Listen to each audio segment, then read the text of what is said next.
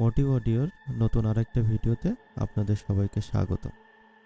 দর্শক, আপনারা শুনছিলেন বীর মুক্তিযোদ্ধা মতিউর রহমান রেন্টু রচিত কালজয়ী বই আমার ফাঁসি চাই, বাংলাদেশের মুক্তিযুদ্ধ এবং আওয়ামী ফ্যাসিবাদের আসল ইতিহাস। বইটির আগের দুটো পর্বে আপনাদের সকলের ভালোবাসা দেখে আমি অভিভূত। নতুন নতুন ভিডিও পেতে লাইক, কমেন্ট এবং সাবস্ক্রাইব করে আমার চ্যানেলের সঙ্গে থাকবেন। তো চলুন দর্শক, আমাদের আজকের ভিডিও শুরু করা যাক। মানুষ ভাবতে লাগলো, শেখ মুজিব যদি একজন দেশপ্রেমিক হন, একজন বীর হন, একজন মহান নেতা হন, তাহলে কি করে একজন দেশপ্রেমিককে, আর একজন বীরকে, আর একজন সর্বত্যাগী মহান নেতাকে বিনা বিচারে বন্দি দশায় গুলি করে হত্যা করতে পারলেন? আবার এই জঘন্য অন্যায় ও কলঙ্কের কথা পবিত্র পার্লামেন্টে দম্ভের সাথে শেখ মুজিব কি করে বলতে পারলেন? 1975 সালে শেখ মুজিবুর রহমান প্রধানমন্ত্রী থেকে রাষ্ট্রপতি হলেন, দেশের সকল রাজনৈতিক দল নিষিদ্ধ ঘোষণা করলেন এবং প্রতিষ্ঠিত করলেন একদলীয় বাকশালী শাসন ব্যবস্থা। শেখ মুজিবের বাকশাল ছাড়া কেউ অন্য কোনো দল করতে পারবে না। সরকার নিয়ন্ত্রিত 4টি সংবাদপত্র ছাড়া দেশের অন্য সকল সংবাদপত্র নিষিদ্ধ ঘোষণা করা হলো। জাতির বিভক্তি গেল না, আশা নিরাশার মিশ্র প্রতিক্রিয়া বইতে লাগলো। 1975 সালের 7ই জুন বহু মানুষ, বহু পেশাজীবী সংগঠন বঙ্গবন্ধু শেখ মুজিবুর রহমানকে বাকশাল করার জন্য প্রবল বর্ষণ উপেক্ষা করে অভিবাদন জানালো। সরকারি মালিকানায় নেয়া দৈনিক ইত্তেফাক সহ 4টি পত্রিকা ছাড়া বাকি সকল সংবাদপত্র নিষিদ্ধ। শেখ মুজিবের নেয়া নতুন একদলীয় রাজনৈতিক, অর্থনৈতিক, প্রশাসনিক ব্যবস্থা সম্পর্কে রাজনীতিবিদ, সাহিত্যিক, সাংবাদিক, সামরিক, বেসামরিক ব্যক্তিসহ দেশের সকল নাগরিককে কিছুই বলার সুযোগ থাকল না। সর্বত্র নিস্তব্ধতা। 15 আগস্ট 1975 সাল ফজরের আজানের পর কাকডাকা ভোরে রেডিওতে মেজর ডালিমের কণ্ঠ। আমি মেজর ডালিম বলছি। স্বৈরাচারী শেখ মুজিবকে হত্যা করা হয়েছে। সেনাবাহিনী ক্ষমতা দখল করেছে। অনির্দিষ্টকালের জন্য কারফিউ ঘোষণা করা হয়েছে। এরপর দ্বিতীয়বার ঘোষণা করা হলো, শেখ মুজিব ও তার স্বৈরাচারী সরকারকে উৎখাত করে খন্দকার মোশতাক আহমেদের নেতৃত্বে সামরিক বাহিনী ক্ষমতা দখল করেছে এবং কারফিউ জারি করা হয়েছে। সহকর্মী হিসেবে শেখ মুজিব যাদের দীর্ঘদিন কাছে এবং পাশে রেখেছে, সেই সকল আওয়ামী লীগের নেতা নীরব এবং নিশ্চুপ থেকেছেন। ছাত্রলীগের সামান্য সংখ্যক তরুণ নেতৃত্বস্থানীয় কর্মীরা আওয়ামী লীগ নেতাদের সাথে যোগাযোগ করলে তারা সবাই চুপচাপ থাকার, অপেক্ষা করার এবং দেখার পরামর্শ ও নির্দেশ দেন। নেতাদের ইংরেজি একটি কমন ডায়লগ ছিল, যা কোনো কোনো ক্ষেত্রে নির্দেশ হিসাবেও মান্য হয়েছে। এই ডায়লগ বা নির্দেশটি হলো, ওয়েট অ্যান্ড সি। 75-এর 15 আগস্ট শেখ মুজিব হত্যার পর আওয়ামী লীগ নেতাদের ওয়েট অ্যান্ড সি এর রাজনীতি শুরু হয়। ছাত্র নেতাকর্মীদের খুবই সামান্য একটা অংশ ওয়েট অ্যান্ড সি রাজনীতি প্রত্যাখ্যান করে অনুল্লেখযোগ্য কর্মতৎপরতা শুরু করে এবং এই তৎপরতা মূলত শুধু ঢাকা বিশ্ববিদ্যালয়ে সীমাবদ্ধ থাকে। এই কর্মতৎপরতায় অংশগ্রহণকারীদের মধ্যে উল্লেখযোগ্য ছিলেন বর্তমান কমিউনিস্ট পার্টির সিপিবি সাধারণ সম্পাদক মুজাহিদুল ইসলাম সেলিম। 15 আগস্ট শেখ মুজিবুর রহমানকে হত্যার পর হত্যার সমর্থনে আনন্দ উল্লাস করে রাজপথে কোনো মিছিল হয়নি। আবার হত্যার বিপক্ষেও কোনো শোকসভা, শোক মিছিল এবং প্রতিবাদ মিছিলও হয়নি।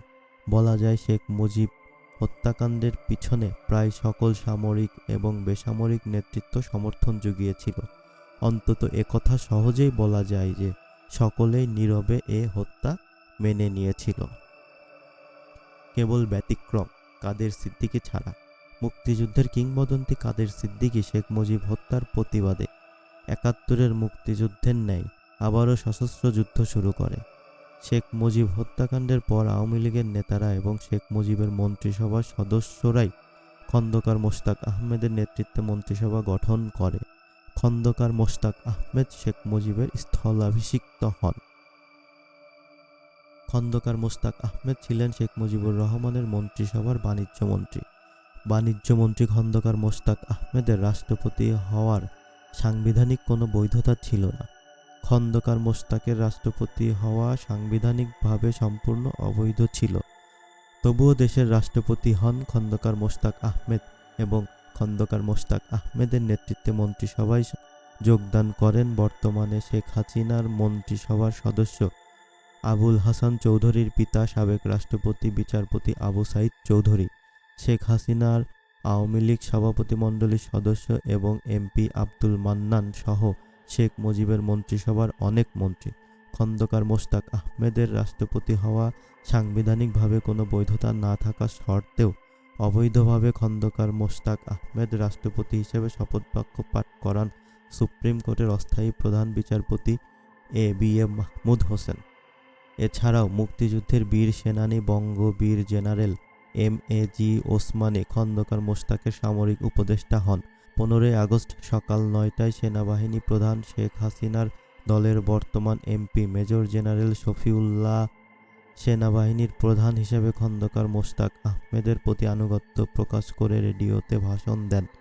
এরপর আনুগত্য প্রকাশ করে রেডিওতে ভাষণ দেন বিমান বাহিনীর প্রধান শেখ হাসিনার বর্তমান বিতর্কিত এমপি এ.কে খন্দকার, নৌবাহিনীর প্রধান অ্যাডমিরাল এম.এইচ খান ও বিডিআর এবং পুলিশ প্রধানগণ। নতুন রাষ্ট্রপতি হিসেবে খন্দকার মোশতাক আহমেদ পার্লামেন্ট মেম্বারদের সভা ডাকেন। এই সভায় যোগদান করা থেকে বিরত রাখার জন্য ছাত্রনেতা নিহত সৈয়দ নুরুল ইসলাম নুরুর নেতৃত্বে ছাত্রলীগের হাতে গোনা কয়েকজন কর্মী জোর চেষ্টা ও তদবির চালালেও আওয়ামী লীগের প্রায় সকল এমপি উক্ত সভায় যোগদান করেন।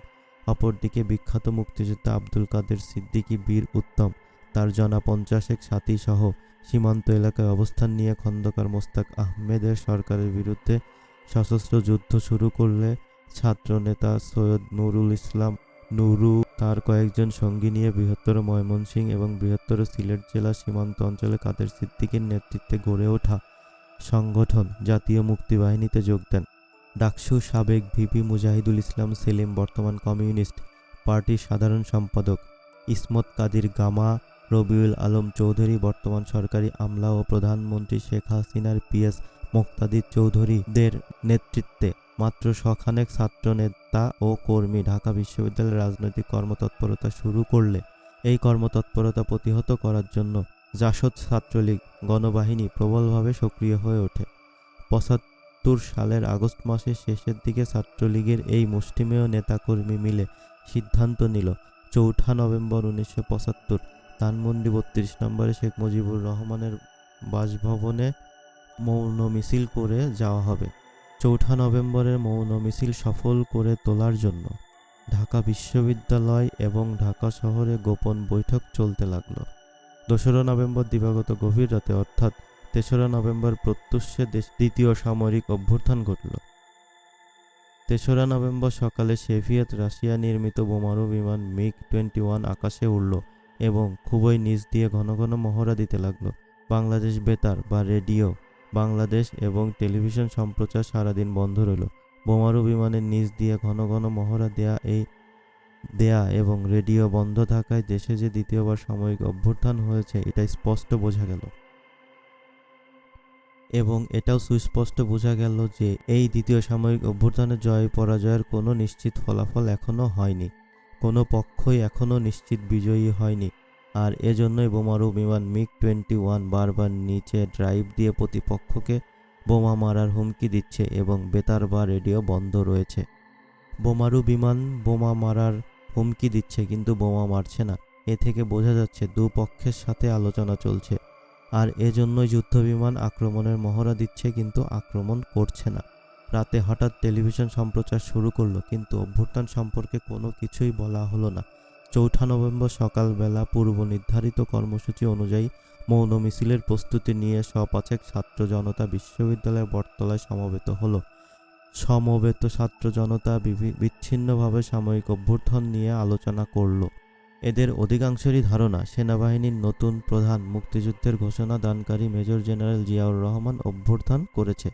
মুক্তিযুদ্ধের ঘোষক হিসেবে সাধারণ মানুষের কাছে জেনারেল জিয়ার একটি পরিচিতি ছিল এবং গ্রহণযোগ্যতা ছিল। তাই অনেকেই মনে করেছেন জেনারেল জিয়াউর রহমানের নেতৃত্বেই সামরিক অভ্যুত্থান হয়েছে। অবশ্য কেউ কেউ বলল ব্রিগেডিয়ার খালেদ মোশাররফ অভ্যুত্থান করেছেন। অভ্যুত্থানের নেতৃত্ব কে দিয়েছেন তা পুরোপুরি নিশ্চিত না হওয়া গেলেও একটা বিষয় নিশ্চিত হওয়া গেল যে 15 আগস্ট অভ্যুত্থান করে শেখ মুজিবকে যারা হত্যা করেছে তারা এখন আর ক্ষমতায় নেই এবং তারা দেশ ত্যাগ করেছে। ইতোমধ্যে আরও কয়েকশো লোক সমাবেশে যোগ দিয়েছে। 700-800 লোক নিয়ে মৌন মিছিল শুরু হলো। মৌন মিছিল ধানমন্ডি 32 নম্বর সড়কে বঙ্গবন্ধু শেখ মুজিবুর রহমানের বাসভবন অভিমুখে যাত্রা করল। পলাশীর মোড়ে পুলিশ প্রথম বাধা দিল। পুলিশ বলছে মিছিল নিষিদ্ধ, আপনারা মিছিল করবেন না। কে মিছিল নিষিদ্ধ করলো জিজ্ঞেস করলে পুলিশ কোনো উত্তর দিতে পারেনি। পুলিশ বলল আপনারা একটু অপেক্ষা করুন, আমরা ঊর্ধ্বতন কর্তৃপক্ষের কাছে জেনে নেই। কিন্তু মিছিল থামলো না, মিছিল চলতে থাকলো। পুলিশও নামকাওয়াস্তা হালকা পাতলা বাড়ি দিতে লাগলো। কিন্তু প্রকৃত অর্থে পুলিশি বাধা বলতে যা বোঝায় তা পুলিশ মোটেও দেয়নি। আসলে পুলিশও জানতো না কারা এখন দেশের ক্ষমতায় আছে, দেশে কি হচ্ছে, পুলিশের কি করণীয়। পুলিশ অনেকটা কিংকর্তব্য বিমূঢ় ছিল। নিঃশব্দ মৌন মিছিল সায়েন্স ল্যাবরেটরি মোড় পার হয়ে কলাবাগানের দিকে যেতে থাকলো। এদিকে পাহারায় থাকা সেনাবাহিনীর 10-12 জন সৈন্য মিছিলের দিকে এগিয়ে এলো। সৈন্যদের মিছিলের দিকে এগিয়ে আসতে দেখে বেশ কিছু মিছিলকারী মিছিল ত্যাগ করে আশেপাশে সরে পড়ল। সৈন্যরা মিছিলের দিকে এগিয়ে এলো ঠিকই, কিন্তু মিছিলে বাধা দান বা সমর্থন কোনো কিছুই করল না, শুধু তাকিয়ে দেখতে লাগলো। তবে সৈন্যদের তাকানোর ভঙ্গিটা বিরূপ ছিল। তারা বাঁকা চোখে মিছিলটিকে দেখছে এবং মনে হচ্ছে দ্বিতীয় সাময়িক অভ্যুত্থান ও সৈন্যদের করণীয় সম্পর্কে তারাও নিশ্চিত নন। মিছিল কলাবাগান অতিক্রম করা সমগ্র ব্রিগেডিয়ার খালেদ মোশাররফের মা এবং ছোট ভাই রাশেদ মোশাররফ, বর্তমানে শেখ হাসিনার ভূমি প্রতিমন্ত্রী, মিছিলে অংশ নিলে ব্রিগেডিয়ার খালেদ মোশাররফের নেতৃত্বে অভ্যুত্থানের বিষয়ে বিস্তারিত জানা যায়। এখানেই জানা গেল নতুন সেনাবাহিনী প্রধান মেজর জেনারেল জিয়াউর রহমানকে ব্রিগেডিয়ার খালেদ মোশাররফের অনুগত বাহিনী বন্দী করেছে এবং অনতিবিলম্বে brigadier Khaled Mosharraf major general পদোন্নতি নিয়ে সেনাবাহিনীর প্রধান হচ্ছেন। মিছিল 32 নম্বর ধানমন্ডি বঙ্গবন্ধু ভবনের গেটে গিয়ে বিকেল 3টায় বিশ্ববিদ্যালয় জামায়াত ও বিক্ষোভ মিছিলের কর্মসূচি দিয়ে শেষ হয়। দুপুর 1টার দিকে ধানমন্ডি 32 নম্বরে বঙ্গবন্ধু শেখ মুজিবুর রহমানের ভবনের সামনে থেকে যে যার স্থানে ফিরে যায়। মাত্র আধা ঘন্টা সময়ের মধ্যে দুপুরের আহার শেষ করে পুরান ঢাকা থেকে আবার ঢাকা বিশ্ববিদ্যালয়ে রওনা হই। বিকেল 3টার আগেই আমরা ডাকসু ভবনের সামনে উপস্থিত হয়ে দেখি প্রায় 1000 খানেক ছাত্র জনতা ইতোমধ্যে সমবেত হয়েছে। আনুষ্ঠানিকভাবে সমাবেশ শুরু হয়নি, কিন্তু বিক্ষিপ্তভাবে সবাই আলোচনা করছিল এবং এই আলোচনার মূল বিষয় ছিল জেলখানায় জাতীয় 4 নেতা হত্যা। গতকাল 3রা নভেম্বর শেখ মুজিব হত্যাকারীরা জেলখানার অভ্যন্তরে বন্দী অবস্থায় বাংলাদেশের প্রথম প্রধানমন্ত্রী, মুক্তিযুদ্ধের সফল নেতৃত্ব দানকারী জনাব তাজউদ্দিন আহমেদ, প্রথম রাষ্ট্রপতি অস্থায়ী সৈয়দ নজরুল ইসলাম, প্রধানমন্ত্রী ক্যাপ্টেন অবসরপ্রাপ্ত মনসুর আলী এবং শিল্পমন্ত্রী কামরুজ্জামানকে গুলি করে হত্যা করে এবং তারপর দেশ ত্যাগ করে। সুর সাবেক ভিপি, বর্তমান কমিউনিস্ট পার্টির সাধারণ সম্পাদক মুজাহিদুল ইসলাম সেলিম, ইসমত কাদির গামা সংক্ষিপ্ত বিক্ষিপ্ত বক্তৃতার পর মিছিল শুরু হলো। জেলখানায় জাতীয় 4 নেতা ও হত্যার খবরে মিছিলের মানুষ কেমন যেন বিমর্ষ হয়ে গেল। মিছিলটা পুরান ঢাকার দিকে এগিয়ে যেতে লাগলো। কিন্তু মিছিলের গতি প্রকৃতিটা এমন হলো যে এটা না হলো বিক্ষোভ মিছিল, না হলো মৌন মিছিল।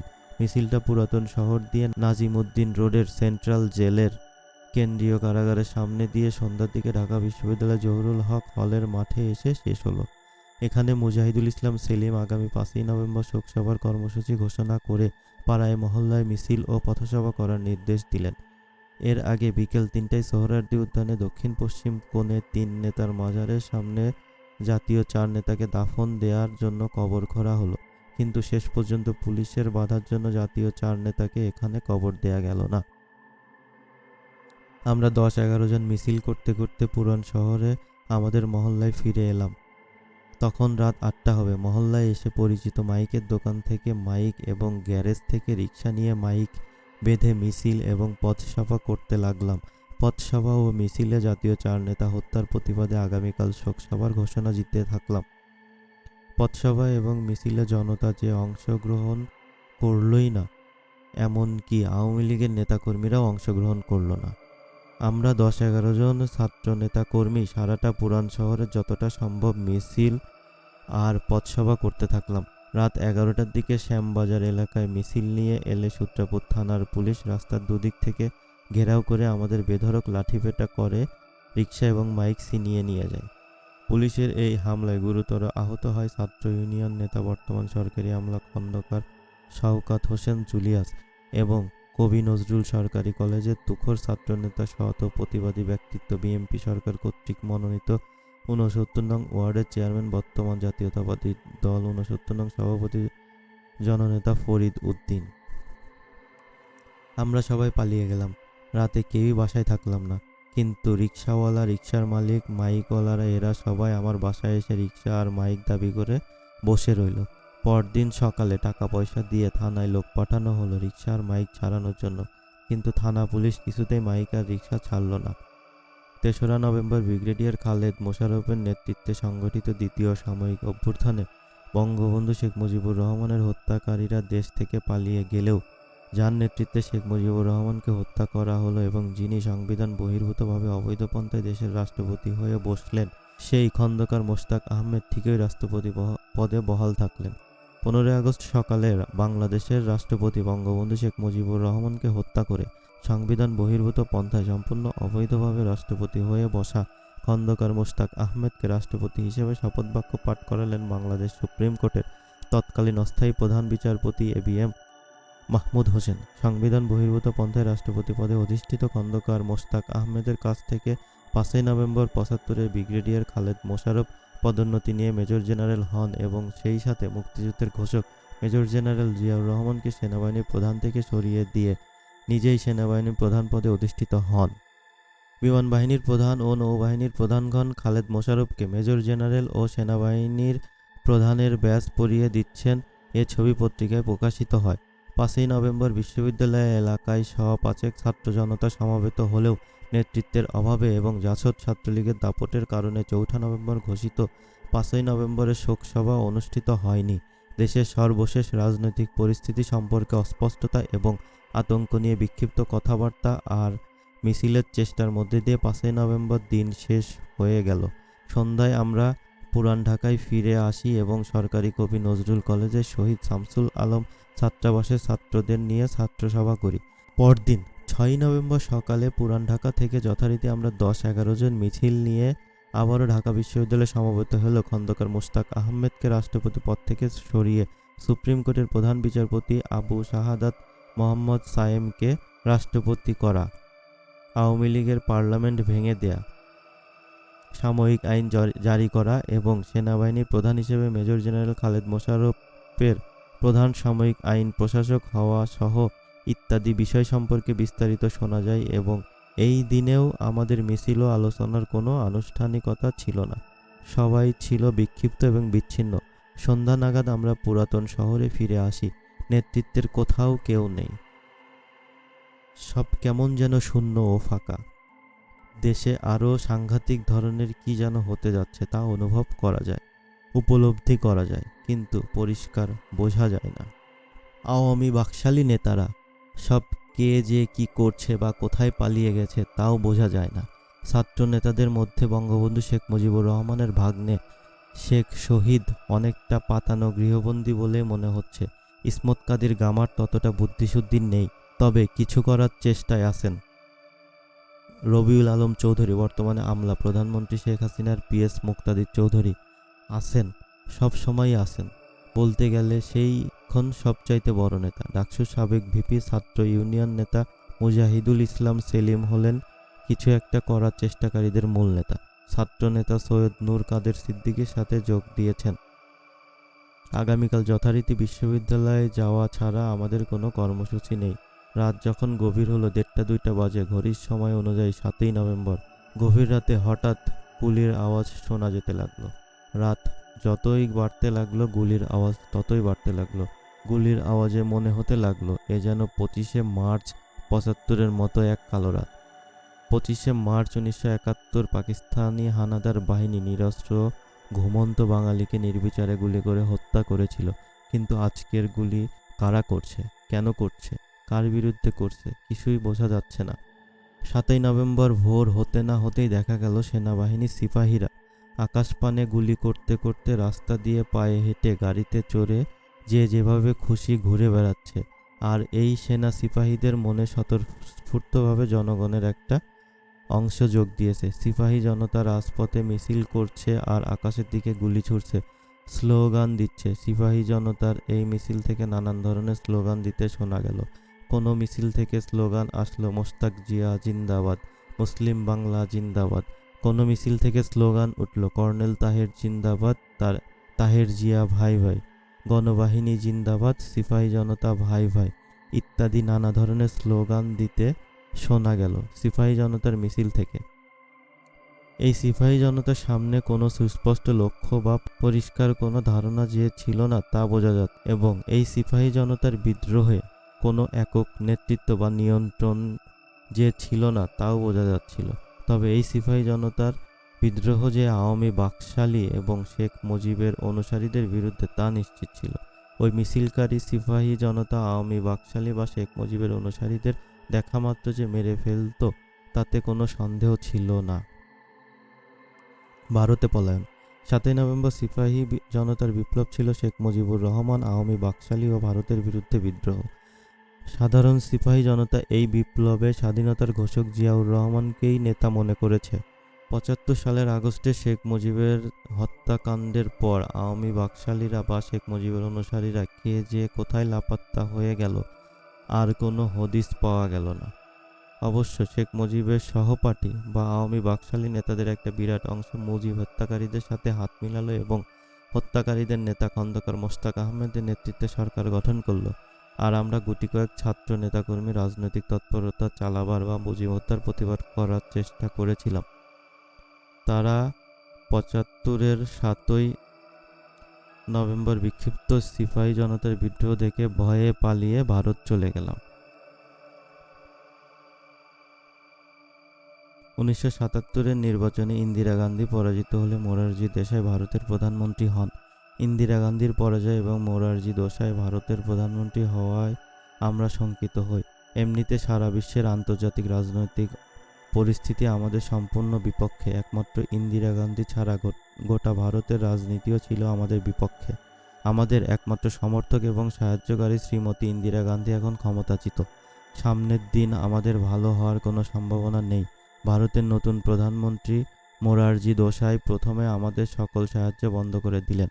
বাংলাদেশে মুক্তিযোদ্ধা রাষ্ট্রপতি জেনারেল জিয়াউর রহমান এবং ভারতের নতুন প্রধানমন্ত্রী মোরারজি দেশাই উভয়ই ছিলেন আন্তর্জাতিক রাজনীতিতে মার্কিন লবির লোক। ফলে সম্ভবত মার্কিন যুক্তরাষ্ট্রের কর্মকর্তাদের পরামর্শে ভারত এবং বাংলাদেশ যৌথভাবে আক্রমণ করে আমাদের পরাস্ত করার চুক্তিবদ্ধ হয়। সীমান্ত অঞ্চলে আমাদের দখলে থাকা মুক্তাঞ্চল এবং আমাদের ঘাঁটিগুলো বরাবর ভারত ব্যাপক সৈন্য সমাবেশ করে। অপরদিকে বাংলাদেশও অনুরূপভাবে ব্যাপক সৈন্য সমাবেশ করে। আমরা সামনে বাংলাদেশ সেনাবাহিনী ও বিডিআর আর পিছনে ভারতীয় সেনাবাহিনী ও বিএসএফ দ্বারা সাঁড়াশি কায়দায় চতুর্দিক থেকে ঘেরাও হয়ে পড়ি। আমাদের বাংলাদেশ ও ভারতের সৈন্যরা চতুর্দিক থেকে ঘেরাও করার ফলে আমরা এক কোম্পানি থেকে আরেক কোম্পানি বিচ্ছিন্ন হয়ে পড়ি হেডকোয়ার্টার থেকেও। আমাদের এক ঘাঁটি থেকে আর এক ঘাঁটির যোগাযোগ সম্পূর্ণ বন্ধ হয়ে যায়। আমাদের সর্বাধিনায়ক সিদ্দিকের সাথেও সকল যোগাযোগ বন্ধ হয়ে যায়। আমরা এক ঘাঁটির সাথীরা অন্য ঘাঁটির সাথীরা কি করছে, কি অবস্থায় আছে কিছুই বুঝতে পারছি না। শুধু বাংলাদেশ আর ভারতীয় আর্মির মাইকের আওয়াজ। একদিকে বাংলাদেশ সেনাবাহিনী মাইকে বলছে 48 ঘন্টার মধ্যে আত্মসমর্পণ করো নইলে আক্রমণ করা হবে। অন্যদিকে পিছন থেকে ভারতীয় সেনাবাহিনীর মাইকে বলছে 48 ঘন্টার আন্ধার হাতিয়ার ডাল দো। আমার ঘাঁটি ছিল ময়মনসিংহ জেলার দুর্গাপুর থানার ভবানীপুর। আমার ঘাঁটির সামনে ছিল বেশ বড় সোমেশ্বর নদী। নদীর অপর পারে ছিল general Mahmudul Hasan, major Samad, major মঈনের নেতৃত্বে বাংলাদেশ সেনাবাহিনী এবং পিছনে ছিল ভারতীয় সেনাবাহিনী। আমরা উভয় দেশের সেনাবাহিনীর বিরুদ্ধে শেষ পর্যন্ত যুদ্ধ করতে প্রস্তুত। আমাদের অস্ত্রের ভাণ্ডার মোটামুটি খারাপ না, যদিও গোলাগুলির পরিমাণ কম। পেছন থেকে ভারতীয় বাহিনী আমাদের সহজে কাবু করতে পারলেও সামনে নদী থাকায় কৌশলগত কারণে বাংলাদেশের বাহিনী আমাদের সহজে কাবু করতে পারবে না। আমাদের ধারণা ছিল ভারতীয় সেনাবাহিনী আমাদের বিরুদ্ধে যুদ্ধ করলেও অ্যাডভান্স হয়ে আমাদের ঘাঁটি দখল করতে আসবে না। ভারতীয় বাহিনী আমাদের অবস্থান থেকে প্রচণ্ড আক্রমণ করে আমাদের ঘায়েল করতে চাইবে, কিন্তু অ্যাডভান্স করে আমাদের ঘাঁটি দখল করার রিস্ক বা ঝুঁকি নেবে না। আর আমাদের ঘাঁটির সামনে নদী থাকায় কৌশলগত কারণে আমরা অনেক সুবিধা ও সুদৃঢ় অবস্থানে আছি। বাংলাদেশের বাহিনীর পক্ষে নদী অতিক্রম করে আমাদের ঘাঁটি দখল করা এক দুরূহ ব্যাপার। এই অবস্থায় একমাত্র বিমান হামলা করা ছাড়া আমাদের পরাস্ত করা কঠিন। আমরা সম্ভাব্য বিমান হামলা মোকাবেলা করার জন্য আগে থেকে মাটি কেটে শালবনের বিশাল বিশাল শাল গাছ দিয়ে তার উপর সমেশ্বর নদীর পাথর আর বালি আর মাটি দিয়ে দুর্ভেদ্য মজবুত বিশালাকার বাংকার ও ট্রেন্চ তৈরি করেছি। আমরা মাটির ওপর না উঠে মাটির নিচ দিয়ে বাংকার ও ট্রেঞ্চারের ভিতর দিয়ে অনায়াসে এক জায়গা থেকে আরেক জায়গায় যেতে পারি এবং যুদ্ধ করতে পারি। আমাদের আত্মসমর্পণের জন্য বেঁধে দেয়া ৪৮ ঘন্টা সময় অতিক্রান্ত হওয়ার পর জেনারেল মাহমুদুল হাসান নিজে নেতৃত্ব দিয়ে আমাদের ঘাঁটির ওপর ১২ ঘন্টা ব্যাপী মর্টারের প্রায় শতাধিক সেল নিক্ষেপ করে। সেই সময় পিছন দিক থেকে ভারতীয় বাহিনীও আমাদের ওপর অবিরাম গোলা ও গুলি নিক্ষেপ করে। ভারতীয় বাহিনীর গোলাগুলি ও বাংলাদেশ বাহিনীর মর্টার শেলিং চলাকালে আমরা বাংকার ও ট্রেঞ্চারে বসে বাংলাদেশ বাহিনীর দিকে সজাগ ও তীক্ষ্ণ দৃষ্টি রাখা ছাড়া এক রাউন্ড গুলিও করিনি। তখনও ভোর হয়নি, অন্ধকার কাটেনি। আবছা অন্ধকারে হঠাৎ দেখা গেল ২০-৩০ নৌকা বোঝাই হয়ে জেনারেল মাহমুদুল হাসানের বাহিনী নদী অতিক্রম করছে। সঙ্গে সঙ্গে আমরা আক্রমণ করলে তারাও মরিয়া হয়ে পাল্টা আক্রমণ করে। তাদের সমর্থনে সেনাবাহিনীর একটি দল কভারেজ অ্যাটাক করে।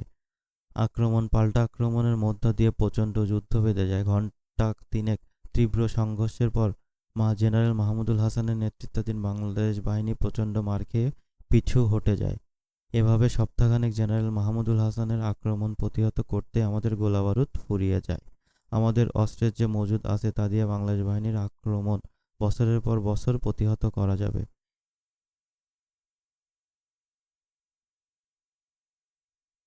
কিন্তু গোলাবারুদের ভাণ্ডার প্রায় ফুরিয়ে এসেছে। তার চাইতেও মারাত্মক আকার ধারণ করেছে খাদ্য সংকট। ৩ দিন থেকে আমাদের কোনো খাদ্য নেই। ক্যাম্পে ৩-৪টে গরু জবাই করে পুড়িয়ে পুড়িয়ে আমরা খেয়েছি, আজ তাও নেই। আমরা যারা একাত্তরের মুক্তিযোদ্ধা শুধু অস্ত্রের সংকটে পড়েছি, কিন্তু খাদ্য সংকটে কখনো পড়িনি। গোটা বাঙালি জাতি আমাদের খাদ্য সরবরাহ করেছে। প্রয়োজনে বাঙালি নিজেও না খেয়ে মুক্তিযোদ্ধাদের খাইয়েছে। কোনো মুক্তিযোদ্ধাই খাদ্যে কষ্ট করেনি। এদেশের মানুষ আগে মুক্তিযোদ্ধার খাবার জুগিয়েছে, তারপর নিজের খাবার জুগিয়েছে। ৭১-এর যুদ্ধে আমি খাদ্য সংকটেও পড়িনি এবং যুদ্ধে অস্ত্র ও গোলাবারুদের মতো খাদ্যও যে একটা বিরাট ভাইটাল ফ্যাক্টর তাও বুঝিনি। এখন অস্ত্র আছে, কিন্তু গোলাবারুদ সংকটে পড়েছি। তার চাইতেও বেশি সংকটে পড়েছি খাদ্যের। আমাদের অস্ত্র প্রতি ৫-৭ রাউন্ড গুলি ও গোলা রয়েছে মাত্র, যা ৫-১০ মিনিটও টিকবে না। আমার মনে এখনো আশা, শেষ মুহূর্তে ভারত হয়তো সদয় হতে পারে।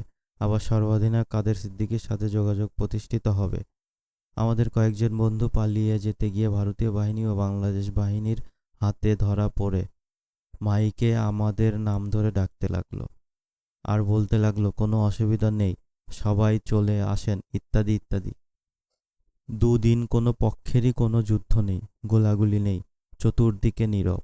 আমাদের কেউ বাংকারে, কেউ ওপরে, কেউ বসে, কেউ দাঁড়িয়ে। আমাদের কোনোই খাদ্য নেই।